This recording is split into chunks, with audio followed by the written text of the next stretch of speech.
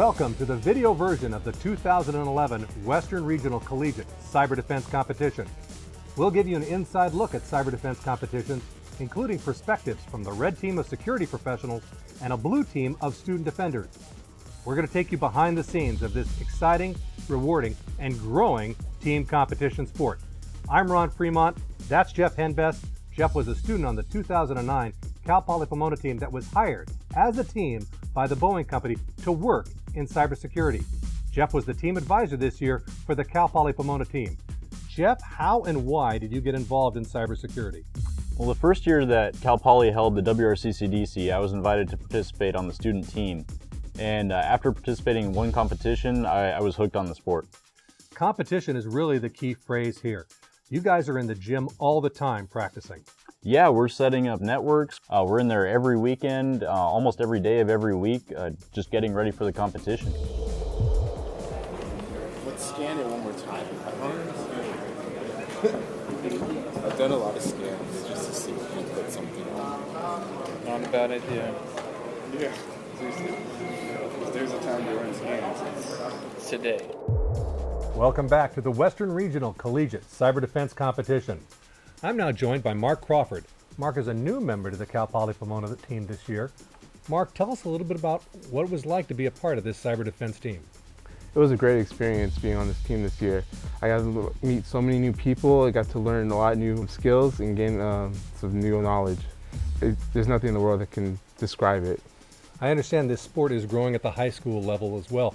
Do you wish you had that opportunity when you were in high school? Oh, I would have loved to have this opportunity in high school, to be able to work in a team and get to know each other and learn like a wonderful new outlook on how people are defending their networks, defending their systems, and keeping everything just working perfectly. It would have been awesome in high school. Thank you, Mark.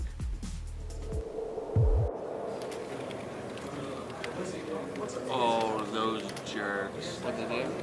Net filters not compiled with the kernel.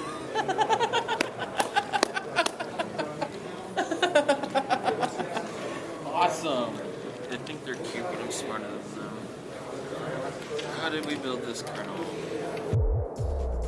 Welcome back to the video version of the Western Regional Collegiate Cyber Defense Competition. I'm Dan Manson, and with me is James Schneider. James is the creator of the scoring engine and the builder of infrastructure for the competition. James, what is it like to build infrastructure for this event? It's a big undertaking. We have to build so many machines. We have to make sure everything's working. We have to put the scoring in place and really bring people together. Let's take a look at the scoring engine. We see here that it is measuring services. James, what are these services and how are they scored? Well, you can see you've got DNS. DNS is a critical part of every network infrastructure in any sort of, even a small environments. HTTP services are your basic web services, so every company has their own website that they need to monitor and maintain and control. SMTP and POP3 are both related to mail. Everybody's got an email address. We need to make sure that stays up and running as a form of communication. Here we have a sample of exploits. So these are attacks that the red team conducts. Are these typical attacks that we would see in the real world? And this is only a small list. There's actually a much larger list out there that we could generate. The most common ones we see, though, is being able to gain root shell, which is basically having full administrative access to the box. That's something you do not want to have an attacker to have. Here we have a sample of injects. James, are these business tasks that would be performed for a real business, and how does it work? These are definitely things that you would see out in the real world. So creating acceptable use policies. Everybody always forgets about the paperwork element of IT security. You need to know where you're going, what's considered acceptable on your network, and where to go next. Categorization, again, documentation of what systems you have, what you need to maintain. Looking at malicious tool removal, your machines could be infected with spyware, malware, rootkits. You need to get rid of all of that junk. Make sure that you have clean systems to work with. Makes it much easier for troubleshooting. So do these teams start off with compromised systems? Are these teams receiving images that may have malware? It's very possible. You always will walk into a network, something will be infected. It's become so prevalent on the internet and local networks. Whoa, what's coming in there? What is that? See what that is. Figure out what we can block. We're coming at 225, 1084. Here. Hold it. There was here. List on that. What is it? Where are they going What segment we're looking for? You know what I'm talking about? The one that does ACL, that shows which ACL is implied? Show access list. Show access list. No, it doesn't show. Fine, do show access. That's Drupal. Who's going to Drupal? Dude, the Drupal is getting smashed. This one, this is the command. This is the command. Bad. This is the command. Okay. One set. Okay, good. We have to do 10. You did 10. Now what do you want? No, it's not getting set. James, our current competition is a physical competition. All the teams are in one room. It's what's called a bare metal competition. But in terms of scaling these types of events, we really need to move to a virtualized environment. We're talking about having a national cyber league beginning this fall, where we would have weekly head-to-head competitions, 4-hour competitions between teams over the course of a season.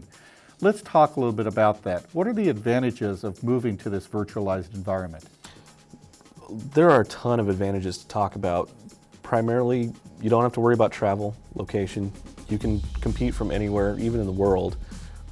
We can easily tailor environments that are focused on skill sets. We could look at server hardening, patch management, log file analysis, forensics. The list goes on and on. Adding a user to an ESX box. So you've actually gained access to one of their machines? Yep. How hard was it to do so? How did you gain access? Well, unfortunately, they weren't paying attention to the virtualized infrastructure, so they weren't able to get in there to change the default passwords fast enough, and we were able to brute force a password into it. How did you find a computer with a default password? Via an map scan. It's simple. Can you walk us through that process? On my Linux computer, I just opened up a terminal and ran a ping scan, found the host, then tried to SSH to it, and was able to SSH into the target. What time were you able to do this? About 30 seconds after we started. Welcome back to the video version of the Western Regional Collegiate Cyber Defense Competition. With me now is Joe Luna. Joe is president of Logic Security, a security consulting firm, and has been the lead for the RID team for the last 3 years.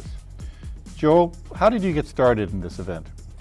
Well, it was kind of random. I was just browsing, the web, surfing the web one night, and came across a local security ISSA website, and they were promoting the competition, and I thought it was interesting. Originally, I was looking at being on a blue team until I saw the requirements that you had to be an active student, and I'm no longer a student. So the next best thing, and actually more up my alley, was the red team. What is the goal of the RID team in the competition? Basically to provide the blue teams with an adversarial challenge. Kind of expose the blue teams to a real world exercise, what they're going to face when they graduate and eventually move on into the industry. We view this as a sport, a team competition sport.